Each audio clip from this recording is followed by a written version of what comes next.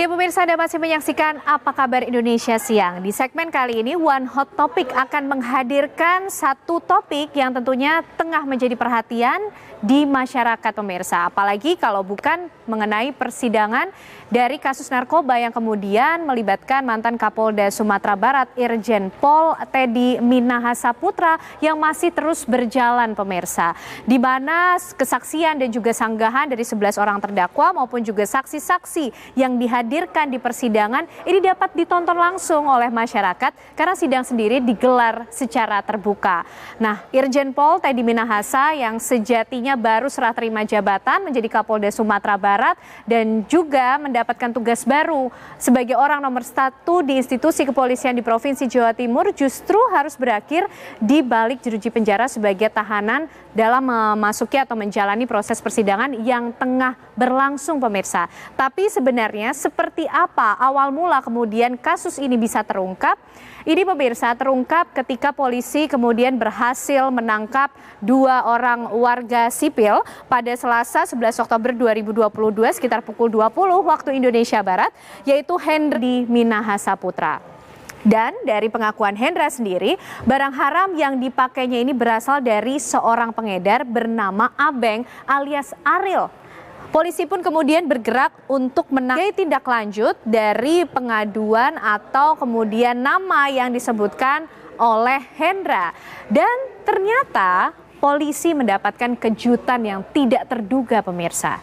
Ariel menyebut ada keterlibatan seorang anggota kepolisian yaitu Aibda Ahmad Darmawan. Dan Aibda Ahmad Darmawan ataupun Ariel. Aibda Ahmad Darmawan pun berhasil dicokok oleh petugas. Kasus ini kemudian terus bergulir, nama-nama lainnya juga kemudian terungkap. Di mana Sranto disebut sebagai penyedia barang haram tersebut pemirsa. Dan sang Kapolsek pun ditangkap pada hari Rabu 12 Oktober 2022 sekitar pukul 22 waktu Indonesia. Merupakan anggota dari Polsek Muara Baru. Ia juga cukup memiliki pengetahuan yang luas mengenai peredaran narkoba jaringan yang besar begitu pemirsa. Dan Aibtu Janto pun dipanggil ke Polres Tanjung Priuk dan berhasil juga dicokok, ditangkap sekitar pukul 22 waktu Indonesia Barat.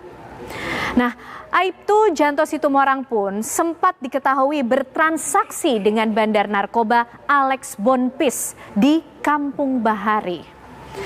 Ini kemudian pemirsa membuka satu persatu petunjuk ke nama-nama lainnya yang kemudian terlibat dalam kasus ini bagai bola salju pemirsa. Kompol Kasral dan juga 1 buah telepon genggam sebagai barang bukti. Pengakuan Anita atau pengakuan Linda di persidangan tentu mungkin juga pemirsa ikuti, ini juga mengundang begitu banyak perhatian. Kembali lagi pemirsa pada pengungkapan kasus ini. Linda kemudian diminta oleh pihak kepolisian, menganggota kepolisian bernama AKBP Dodi Prawira Negara yang berada di Depok, Jawa Barat. Siapa kemudian AKBP Dodi Prawira Negara ini pemirsa? Polisi terus bergerak cepat untuk mengungkap kasus narkoba yang kemudian melibatkan anggota-anggota kepolisian. Petugas meluncur ke rumah AKBP Dodi yang berada di Depok yang sempat menduduki jabatan sebagai Kapolres Bukit Tinggi. Nah, pemirsa, penangkapan dari AKBP Dodi Prawira Negara ternyata kemudian beralamat atau bertujuan akhir dan menangkap atau kemudian menyebut nama perwira tinggi di kepolisian. Ada nama Irjen Pol Teddy Minahasa yang akhir saja melakukan serah terima jabatan sebagai Kapolda Sumatera Barat dan kemudian ditunjuk untuk menggantikan posisi Kapolda Jawa Timur Irjen Pol Niko Afian dan justru berakhir di balik jeruji penjara karena diduga terlibat dalam peredaran narkoba jenis sabu ini. Hal ini pemirsa tentunya menggegerkan publik yang pada saat itu tengah tersita perhatiannya pada kasus lain yang juga menimpa bintang 2 dari Korps Bayangkara yaitu Kadif Propam Polri Irjen Pol Verdi Sambo. Pemirsa, kami masih akan menghadirkan, mengupas informasi topik mengenai kasus narkoba yang kemudian melibatkan Irjen Pol Teddy Minahasa Putra. Usai jeda kami kembali untuk Anda. Anda masih menyaksikan Apa Kabar Indonesia Siang, melanjutkan topik yang tadi sempat kita bahas di segmen sebelumnya mengenai kasus narkoba yang kemudian melibatkan nama Irjen Pol Teddy Minahasa. Kita akan melihat dan mengupas peran-peran dari para terdakwa yang ada dalam kasus ini. Setidaknya ada 3 terdakwa utama dalam kasus narkoba yang menjerat Irjen Teddy Minahasa ini. Irjen Pol Teddy Minahasa sendiri, pemirsa, ini memiliki peran mengendalikan barang bukti seberat 5 kg sabu dari Sumatera Barat untuk kemudian dijual ke Jakarta, pemirsa. Nah, ini kemudian yang melibatkan banyak pihak lain dalam peredarannya ataupun juga dalam penjualan barang bukti 5 kg sabu tersebut yang sebenarnya pada saat itu merupakan barang bukti pengungkapan kasus narkoba di wilayah Sumatera Barat.